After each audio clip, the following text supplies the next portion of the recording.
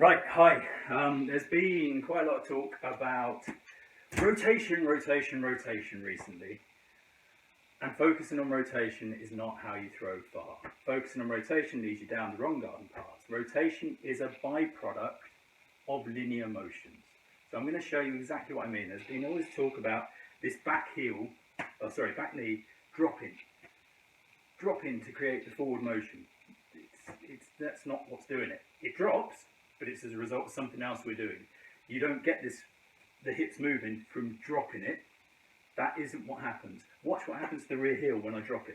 It spins backwards. It spins away from the target. It's actually taking my weight away from the target.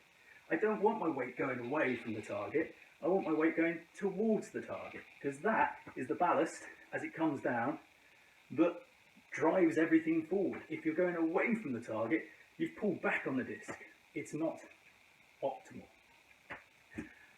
But look at all the top players, and that's what they do, isn't it? Looks like it, but it's not what they do. I'm going to try and show what they do with the aid of this prop here. It's not going to work perfectly because it's really hard to show a dynamic position stationary, effectively, but I'm going to try and lean back on this, not fall over and look like a total idiot. So anyway, they come forward. So our target's over that way. They actually step sort of diagonally as they're going forward, and then there is, as the toe plants, this moment where the hips do a lateral shift, where they move probably about a foot or so. They move targetward as the lead foot settles, and that shift de-weights the back leg.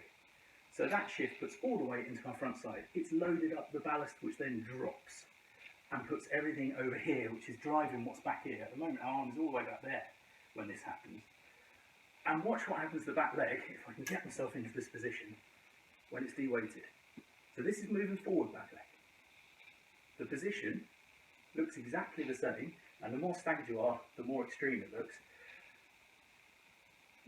Exactly the same position as if I twisted around.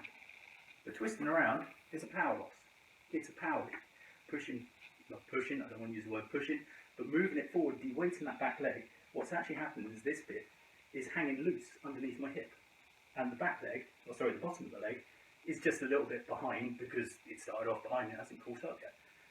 It is as simple as that, but they look the same, and people focusing on that are going the wrong way. It is not the way to create power. Look at the timing of it as well. There's talk about twisting this around as fast as you can when the disc's here. Well, this is already de-weighted by the time the disc's here. That back leg should have nothing in it at all when the disc is all the way back here. Don't take my word for it, go and look at the video of it. The disc will be all the way back here, and this front leg is already de-weighted, because this move, this lateral shift in the hips, is the driver of all the power. The hips rotate, but you do not make the hips rotate. The hips rotate because of the shift. The shift happens, the hips find themselves as far as they can go. As they come down, so they start, it's not a big rotation, from there, as you drop in, and then as it's de-weighted, they go there. So it's probably about 70-degree rotation. It's not big, you're not trying to do this to this, it's a little rotation. But it happens because of the lateral shift, not because you spin the hips around. That is not what you want to do. It's the lateral shift that creates the rotation.